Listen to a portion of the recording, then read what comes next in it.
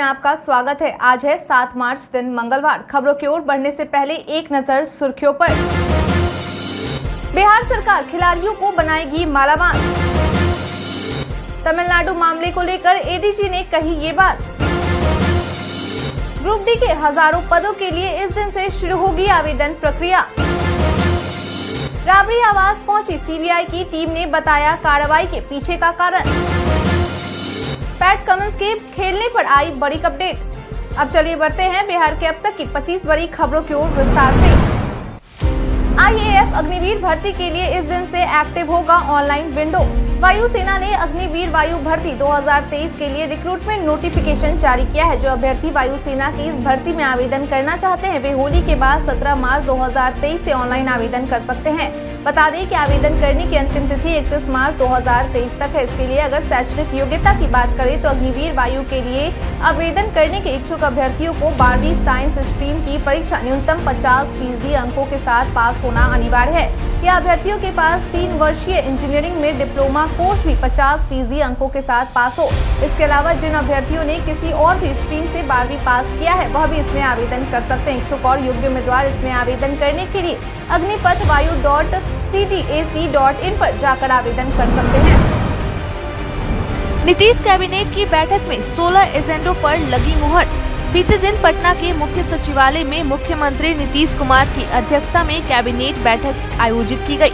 बता दें कि इस बैठक में कुल 16 एजेंडों पर मुहर लगाई गई है। हालांकि इस दौरान 7वें शिक्षक नियोजन को लेकर किसी तरह की चर्चा नहीं की गई, जबकि लोगों को यह उम्मीद थी कि नीतीश सरकार के द्वारा होली से पहले इसको लेकर घोषणा की जा सकती है। इसके अलावा जिन एजेंडों पर मुहर लगाई गई है उनमें कनीय अभियंता बहाली के लिए नई नियमावली बनाई गई है। दरभंगा के बहादुरपुर में एम्स बनाया जाएगा। इसके अलावा सरकारी और मान्यता प्राप्त निजी कॉलेजों से पास छात्र छात्राओं को 40% आरक्षण मिलेगा, जबकि कॉन्ट्रैक्ट पर पहले से काम कर रहे छात्र छात्राओं को 25% का रिजर्वेशन दिया जाएगा। वहीं बांका के अमरपुर में 74.24 करोड़ रुपए की लागत से 7 किलोमीटर का बाईपास निर्माण करवाया जाएगा। इसके अलावा भी बीते दिन नीतीश कैबिनेट की बैठक में अन्य एजेंडों पर मुहर लगाई गई। बिहार सरकार खिलाड़ियों को बनाएगी मालामाल। बिहार सरकार के द्वारा उन खिलाड़ियों और प्रशिक्षकों के लिए बिहार राज्य खेल पुरस्कार व सम्मान योजना बनाई गई है जो राष्ट्रीय और अंतर्राष्ट्रीय खेल प्रतियोगिता में राज्य के विजेता होंगे। बता दें कि ऐसे खिलाड़ियों का चयन करने को लेकर राज्य खेल प्राधिकरण के महानिदेशक की अध्यक्षता में एक टीम बनाई गई है, जिसमें कुल 9 सदस्यों को शामिल किया गया है। आपकी जानकारी के लिए बता दें कि यह पुरस्कार इंटरनेशनल ओलंपिक कमेटी द्वारा चयनित खेलों के अंतर्गत भारत में संचालित राष्ट्रीय खेल महासंघ को अखिल भारतीय अंतर विश्वविद्यालय sports board, school game federation of India, भारतीय खेल प्राधिकरण और पैरालंपिक कमेटी ऑफ इंडिया आदि संगठनों द्वारा आयोजित खेल प्रतियोगिता के विजेताओं का चयन इसके तहत होगा।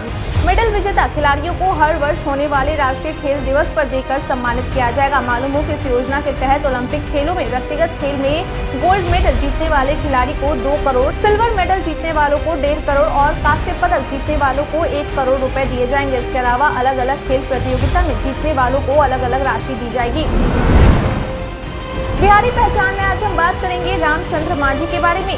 रामचंद्र मांझी का जन्म 1925 में बिहार के सारण जिले के ताजपुर में एक दलित परिवार में हुआ था। 10 साल की उम्र में वह भिखारी ठाकुर की नाटक टीम में शामिल हो गए और उनके निधन तक उन्होंने उनके साथ काम किया। वह ड्रामा टीम के सबसे पुराने सदस्य थे। रामचंद्र मांझी एक भारतीय भोजपुरी लोक नर्तक और रंगमंच कलाकार थे जो लौंडा नाच कलाकार के रूप में प्रसिद्ध हैं। वह भिखारी ठाकुर की नाटक टीम के सदस्यों में से एक थे। अपने जीवन में उन्होंने सुरैया, वहीदा रहमान, मीना कुमारी, हेलन आदि जैसे कई बड़े नामों के सामने प्रदर्शन किया। 2017 में उन्होंने संगीत नाटक अकादमी पुरस्कार जीता। हालांकि उनका सम्मान 2019 में भारत के राष्ट्रपति द्वारा किया गया। जनवरी 2021 में उन्हें कला के क्षेत्र में पद्मश्री पुरस्कार से नवाजा गया। उन्होंने लौंडा नाच पर नाच भिखारी नाच नाम की 72 मिनट लंबी डॉक्यूमेंट्री फिल्म में काम किया। बिहार में होली को लेकर अस्पतालों में अलर्ट।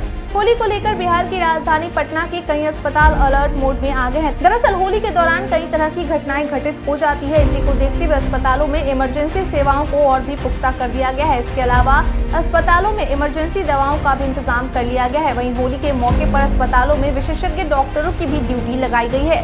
बता दें कि जिन अस्पतालों में ये सभी सुविधा उपलब्ध कराई गई है उनमें PMCH, IGIMS, NMCH और पटना एम्स अस्पताल शामिल है।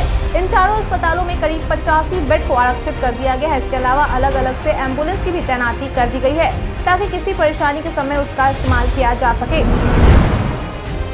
तमिलनाडु मामले को लेकर ADG ने कही ये बात। तमिलनाडु पहुंचे बिहार की 4 सदस्यीय टीम को लेकर ADG जितेंद्र सिंह गंगवार के द्वारा जानकारी देते हुए बताया गया कि 4 सदस्यीय टीम तमिलनाडु में वहां की सरकार और पदाधिकारियों से बातचीत कर रही है और साथ ही वहां मौजूद बिहारी प्रवासियों से भी बातचीत कर रही है और इस मामले की जांच करने में जुटी हुई है और अगर जांच के बाद किसी प्रकार की कोई दिक्कत पाई जाती है तो इसके खिलाफ हमारे द्वारा कार्रवाई किया जाएगा। उन्होंने बताया कि अभी तक स्थिति को लेकर जो भी खबर सामने आई है वह सामान्य है। इसके साथ उन्होंने बताया कि लोगों के बीच भ्रामक फैलाने वाले कुल 30 वीडियो, SMS लिंक और पोस्ट पाए गए हैं जिनका पुलिस अभी जांच कर रही है। उनमें से 4 वीडियो या भ्रामक न्यूज पर पुलिस के द्वारा प्राथमिकी दर्ज की जा चुकी है और साथ ही उसमें एक अभियुक्त की गिरफ्तारी भी की जा चुकी है जिसकी पहचान अमन के रूप में की गई है और यह जमुई का रहने वाला है। उन्होंने कहा कि पुलिस के द्वारा आगे और भी कार्रवाई की जा रही है। बजट सत्र के छठे दिन भी विपक्ष ने किया जोरदार हंगामा। बीते दिन बिहार विधानसभा के छठे दिन भी विपक्ष के द्वारा जमकर हंगामा किया गया। बता दें कि बीते दिन प्रश्नकाल के दौरान विपक्ष की ओर से बिहार सरकार से गृह विभाग, सामान्य प्रशासन विभाग, निगरानी विभाग, मंत्रिमंडल सचिवालय विभाग, वित्त विभाग, सूचना एवं जनसंपर्क विभाग, उद्योग विभाग, गन्ना उद्योग विभाग, अल्पसंख्यक कल्याण विभाग, साइंस टेक्नोलॉजी विभाग और निर्वाचन विभाग से जुड़े प्रश्नों से सवाल पूछे गए। मालूम हो कि इन सभी विभागों से जुड़े प्रश्नों का जवाब संबंधित विभाग के मंत्रियों के द्वारा दिया गया। वहीं दूसरे हाफ में बीते दिन सदन में वित्तीय वर्ष 2022-23 के अनुपूरक बजट पर भी चर्चा की गई। आपकी जानकारी के लिए बता दें कि सदन में प्रश्नकाल के बाद शून्यकाल भी होगा जिसमें सदस्यों के द्वारा तात्कालिक विषय को लाए जाएंगे। बता दें कि 7 मार्च के बाद होली की लंबी छुट्टी होगी और फिर उसके बाद एक बार फिर से 13 मार्च से कार्यवाही शुरू की जाएगी। राज्य के सभी इंजीनियरिंग कॉलेज इस दिन से होंगे विवि के अधीन। आगामी 15 मार्च से राज्य के मौजूद सभी 38 इंजीनियरिंग कॉलेज बिहार विवि अधिनियम 2021 के प्रावधान के तहत पिछले वर्ष स्थापित किए गए बिहार अभियंत्रण विश्वविद्यालय पटना से संबद्ध हो जाएंगे। बता दें कि यह निर्णय विज्ञान एवं प्रावैधिकी विभाग के द्वारा विवि अधिनियम की धारा 4 व उपधारा 2 व 3 में वर्णित प्रावधानों के तहत लिया गया है। आपकी जानकारी के लिए बता दें कि लिए गए इस निर्णय के बाद राज्य के सभी 38 इंजीनियरिंग कॉलेज का संचालन 15 मार्च से बिहार अभियंत्रण विश्वविद्यालय पटना के द्वारा किया जाएगा। यानी कि 15 मार्च से राज्य के सभी इंजीनियरिंग कॉलेज का संचालन आर्यभट्ट ज्ञान विवि पटना की ओर से नहीं किया जाएगा। बिहार का एक ऐसा गांव जहां 3 दिनों तक मची रहती है धूम। बिहारी पर्यटन में आज हम बात करेंगे बिहार के एक ऐसे गांव के बारे में जहां वृंदावन के तर्ज पर होली मनाई जाती है और जहां 3 दिनों तक धूम मची रहती है। हम बात कर रहे हैं बिहार के समस्तीपुर जिला अंतर्गत रोसड़ा से 5 किलोमीटर दूर स्थित भेड़हा गांव के बारे में। बता दें कि यहां होने वाली होली में पूरे मिथिलांचल से हजारों की संख्या में लोग पहुंचते हैं, वो भी बिना किसी भेदभाव के इस त्योहार में शामिल होते। इस होली महोत्सव में आज भी वृंदावन की झलक मिलती है। बताया जाता है कि राष्ट्रकवि दिनकर ने यहाँ की होली से अभिभूत होकर कहा था कि वृंदावन तक नहीं पहुँचने वाले लोग भेड़हा में भी वहाँ की झलक देख सकते हैं। इसी को देखते हुए विधानसभा की पर्यटन उद्योग संबंधी समिति के बैठक के बाद उप सचिव ने रोसड़ा के कबीर मठ और मशहूर होली स्थल भेड़हा को पर्यटन स्थल के रूप में विकसित करने के लिए सरकार से मांग की थी। बिहार में चमकी बुखार को लेकर सरकार कर रही यह तैयारी। बिहार में चमकी बुखार ने अपना पांव पसारना शुरू कर दिया है। बता दें कि इस बीमारी से बचाव के लिए अस्पतालों में पहले चरण में जो भी कमियां हैं उसे पूरा करने की तैयारी शुरू कर दी जा चुकी है, जिसमें SOP के अनुसार दवाओं के साथ ही उपकरणों के अलावा बेड की उपलब्धता, 24 घंटे 7 दिन रोस्टर पर चिकित्सक और पैरामेडिकल स्टाफ की तैनाती समेत अन्य प्रकार के जरूरी कार्यों को पूरा किया जा रहा है। बता दें कि इसकी रिपोर्ट जिलों के अस्पतालों मुख्यालय को 14 मार्च तक भेजनी है। इस मामले में अपर निदेशक सह राज्य कार्यक्रम पदाधिकारी डॉक्टर अशोक कुमार के द्वारा इन जिलों के सिविल सर्जन को पत्र लिखकर गैप असेसमेंट कराने का निर्देश दिया गया था। होली पर समस्तीपुर के वायरल टीचर इस अंदाज में बता रहे रंगों का मतलब। इन दिनों सोशल मीडिया पर एक वीडियो खूब वायरल हो रहा है। बता दें कि यह वायरल हो रहा वीडियो बिहार के समस्तीपुर के चर्चित शिक्षक बैजनाथ रजक का है, जिसमें वो बच्चों को रंगों का मतलब गीत के माध्यम से बताते नजर आ रहे हैं। बता दें कि इस वीडियो में शिक्षक अंग्रेजी में रंगों के नाम गाकर उसका हिंदी में अर्थ समझा रहे हैं। बता दें कि यह पहली बार नहीं है जब शिक्षक बैजनाथ रजक का वीडियो वायरल हुआ है। इससे पहले भी इनका वीडियो वायरल हो चुका है। मालूम हो कि यह अपने पढ़ाने के तौर तरीके से काफी सुर्खियों में बने रहते हैं। वहीं इनका यह पढ़ाने का अंदाज भी बच्चों को खूब पसंद आता है। बता दें कि शिक्षक बैजनाथ रजक का मानना है कि बच्चे स्कूल में एडमिशन तो ले लेते हैं, लेकिन नियमित स्कूल जाने से बचते हैं, जिसके कारण शिक्षकों के द्वारा इस तरह के नुस्खों को अपनाया जाता है। एयरटेल ने 125 शहरों में किया 5G लॉन्च, बिहार के इस शहर को मिलेगा लाभ। बीते दिन सोमवार को भारत की अग्रणी टेली कम्युनिकेशन सर्विस प्रोवाइडर भारतीय एयरटेल के द्वारा एक साथ देश के 125 शहरों में 5G सेवा की शुरुआत की गई है। इसके साथ ही अब यह सेवा देश के 265 से अधिक शहरों में ग्राहकों के लिए उपलब्ध हो गई है। बता दें कि बीते दिन जिन 125 शहरों में सेवा की शुरुआत की गई है, उसमें से कुछ शहर बिहार के भी शामिल है। मालूम हो कि अब जिन बिहार के शहरों में 5G सेवा की शुरुआत की गई है, उनमें पटना, मुजफ्फरपुर, भागलपुर, बोधगया, बेगूसराय, कटिहार, किशनगंज, पूर्णिया, गोपालगंज, बाढ़, बिहार शरीफ, बिहटा, नवादा और सोनपुर के साथ अब फतवा, अररिया, जहानाबाद, गोपालगंज, मोतिहारी, सिवान, सहरसा, मधेपुरा, लखीसराय, सुल्तानगंज, जमुई, गया, खगड़िया और बेतिया जिला शामिल है, जहां ultra fast Airtel 5G plus सेवाएं उपलब्ध की गई हैं। ग्रुप डी के हजारों पदों के लिए इस दिन से शुरू होगी आवेदन प्रक्रिया। राज्य सरकार के द्वारा बिहार के युवाओं को रोजगार दिलाने के लिए जल्द ही ग्रुप डी के हजारों पदों पर बम्पर बहाली की जाएगी। इसे लेकर नियमावली बनाने की प्रक्रिया अंतिम चरण में है। बता दें कि फिलहाल इसे मंत्रिमंडल सचिवालय विभाग भेजने की तैयारी है। वहीं राज्य मंत्रिमंडल से मंजूरी मिलते ही नियुक्ति की प्रक्रिया शुरू हो जाएगी। बता दें कि अब तक नियमावली के प्रारूप को विधि विभाग की ओर से मंजूरी दी जा चुकी है। बताया जा रहा है कि इस साल करीब 1000 मालियों की नियुक्ति की जाएगी। वहीं नियमावली में मालियों की नियुक्ति की उम्र सीमा, शैक्षणिक योग्यता, वेतन समेत सभी जानकारी शामिल है। सूत्रों से मिली जानकारी के अनुसार मालियों की नियुक्ति भवन निर्माण विभाग के उद्यान प्रमंडल पटना में की जाएगी। साथ ही इनकी तैनाती पटना के सभी पार्कों और सरकारी भवनों में भी की जाएगी। राबड़ी आवास पहुंची सीबीआई की टीम ने बताया कार्रवाई के पीछे का कारण। बीते दिन यानी कि सोमवार को सुबह सुबह सीबीआई की टीम बिहार के पूर्व मुख्यमंत्री राबड़ी देवी के आवास पर पहुंच गई थी, जिसके बाद सीबीआई के अधिकारियों के द्वारा इस कार्रवाई के पीछे का कारण बता दिया गया है। बता दें कि सीबीआई के अधिकारियों के द्वारा दी गई जानकारी के अनुसार सीबीआई की टीम राबड़ी आवास किसी तरह की छापेमारी को लेकर नहीं गई थी, बल्कि सीबीआई की टीम राबड़ी आवास नौकरी के बदले जमीन घोटाला मामले की जाँच की प्रक्रिया के तहत पहुँची थी।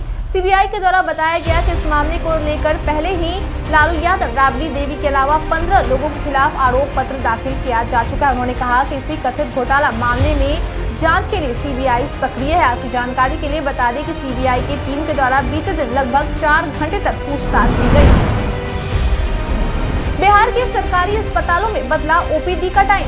गर्मी के मौसम को देखते हुए स्वास्थ्य विभाग के द्वारा राज्य के सभी सरकारी अस्पतालों में ओपीडी के समय सारणी में बदलाव कर दिया गया है। बता दें कि नए समय सारणी के अनुसार मार्च से लेकर अक्टूबर तक ओपीडी की सेवा दोपहर बाद भी जारी रहेगी। मालूम हो कि स्वास्थ्य विभाग के द्वारा जारी किए गए नए समय सारणी के अनुसार अब डॉक्टर के द्वारा 2 पालियों में आपका इलाज किया जाएगा। पहली पाली सुबह 9 बजे से शुरू होगी, जो दोपहर 2 बजे तक चलेगी। वहीं दूसरी पाली दोपहर के 4 बजे से शुरू होगी, जो शाम 6 बजे तक चलेगी। इसके तहत पहली पाली के लिए ओपीडी रजिस्ट्रेशन सुबह के 8 बजे से शुरू होगी, जो कि दोपहर 1:30 बजे तक चलेगी। वहीं दूसरी पाली के लिए ओपीडी रजिस्ट्रेशन की शुरुआत दोपहर 3:30 बजे से शुरू होगी, जो 5 बजे तक चलेगी। नीतीश सरकार ने भाजपा की मांग की स्वीकार। बीते दिन बिहार विधानसभा में 7 मार्च यानी कि आज होने वाले कार्यवाही को लेकर भाजपा की ओर से बिहार सरकार से अपनी मांग रखी गई। दरअसल भाजपा की ओर से सदन में यह प्रस्ताव रखा गया था कि 7 मार्च यानी कि आज होलिका दहन और शब बारात को देखते हुए कार्यवाही को स्थगित कर दिया जाए और आज के दिन की कार्यवाही किसी और दिन की जाए। जिसके बाद सत्ता पक्ष और विपक्ष के बीच चली बहसबाजी के बाद इस मसले पर सर्वसम्मति दिखाकर आज होने वाले विधानसभा की कार्यवाही को स्थगित कर दिया गया। बता दें कि भाजपा की ओर से इससे पहले भी सदन में नेता प्रतिपक्ष विजय सिन्हा सहित अन्य नेताओं के द्वारा यह प्रस्ताव रखा गया था, लेकिन उस दौरान इसे अस्वीकार कर दिया गया था। जिसके बाद एक बार फिर बीते दिन इस प्रस्ताव को पेश किया गया, जिसे स्वीकार करते हुए आज विधानसभा की कार्यवाही को स्थगित कर दिया गया। अब ये काम नहीं कर सकेंगे पीएमसीएच के डॉक्टर। अधीक्षक डॉक्टर IAS ठाकुर के द्वारा ओपीडी और आईपीडी में सेवा देने वाले सभी डॉक्टरों को लिखित आदेश देकर यह कहा गया है कि अब पीएमसीएच के चिकित्सकों के द्वारा उन दवाइयों के बारे में नहीं लिखा जाएगा जो बाहर से लाने पड़ते हैं। हालांकि डॉक्टर उन दवाइयों को बाहर से लाने के लिए लिख सकते हैं जो पीएमसीएच में मौजूद नहीं होंगे और मरीजों के लिए बेहद जरूरी होगा। इसके साथ ही अब मरीजों को बाहर से जाँच करवाना मान्य नहीं होगा और न ही उन्हें कहीं बाहर जाँच करवाने के लिए भेजा जाएगा, क्योंकि अब पीएमसीएच के पैथोलॉजी और माइक्रोबायोलॉजी विभाग में ही मरीजों की जरूरी जांच करवाई जाएगी। आपकी जानकारी के लिए बता दें कि पीएमसीएच के दवाइयों के भंडार में लगभग सभी तरह की जरूरी दवाएं मौजूद है और ये सभी दवाएं ओपीडी और आईपीडी में मरीजों को मुफ्त में मिलता है। ऐसे में बाहर से दवा खरीदना गरीब मरीजों के आर्थिक बोझ बढ़ाने का काम करता है। शूटिंग के दौरान जख्मी हुए अमिताभ बच्चन। मेगा स्टार अमिताभ बच्चन को लेकर मीडिया में यह खबरें चल रही हैं कि बीते दिन वे शूटिंग के दौरान जख्मी हो गए। बता दें कि वह हैदराबाद में प्रोजेक्ट के की शूटिंग के दौरान एक्शन सीन करते हुए उन्हें चोट आ गई थी, जिस वजह से आगे की शूटिंग को कैंसिल करना पड़ा। वहीं इस दौरान बिग बी को पसली में चोट आई है। अपने जख्मी होने को लेकर अमिताभ बच्चन का कहना है कि उन्हें रीब यानी कि पसली कार्टिलेज पॉप हो गया है और दाहिना रीब केस की साइड की मांसपेशी फट गई है। इसके साथ ही उन्हें मूव करने में काफी दर्द हो रहा है और सांस लेने में भी दिक्कत हो रही है। आपकी जानकारी के लिए बता दें कि अमिताभ बच्चन का सिटी स्कैन हैदराबाद के AIG अस्पताल में किया गया था और फिलहाल वे अपने घर पर हैं। डॉक्टर्स के द्वारा उन्हें पट्टी बांधने और आराम करने की सलाह दी गई है। होली पर बिहार में ऐसा रहेगा मौसम का हाल। इस बार मौसम का मिजाज कुछ बदला नजर आ रहा है। पिछले कुछ दिनों से मौसम में उतार चढ़ाव जारी है। जहां एक तरफ दिन में धूप से लोगों को गर्मी का एहसास होता है तो वहीं दूसरी ओर सुबह शाम में ठंडी हवा की वजह से लोगों को ठंड महसूस होती है। मौसम विभाग के मुताबिक अब मौसम में ज्यादा बदलाव के आसार नहीं है। वहीं अगले कुछ दिनों तक मौसम शुष्क बना रहेगा। पटना मौसम विज्ञान केंद्र के मुताबिक सूबे में अभी ऐसे ही हालात रहेंगे। मौसम शुष्क बना रहेगा, यानी होली पर स्थिति में ज्यादा बदलाव के आसार नहीं है। सुबह शाम मौसम कुछ ठंडा जरूर होगा, लेकिन सूरज निकलने की वजह से इसमें ज्यादा बदलाव के आसार नहीं है। इसका मतलब साफ है कि हल्की गर्मी में लोग होली मनाएंगे। इस मिले जुले मौसम की वजह से उन्हें रंग खेलने में भी अच्छा लगेगा। राबड़ी आवास पर सीबीआई पहुंचने को लेकर तेजस्वी समेत इन नेताओं ने कहा ये।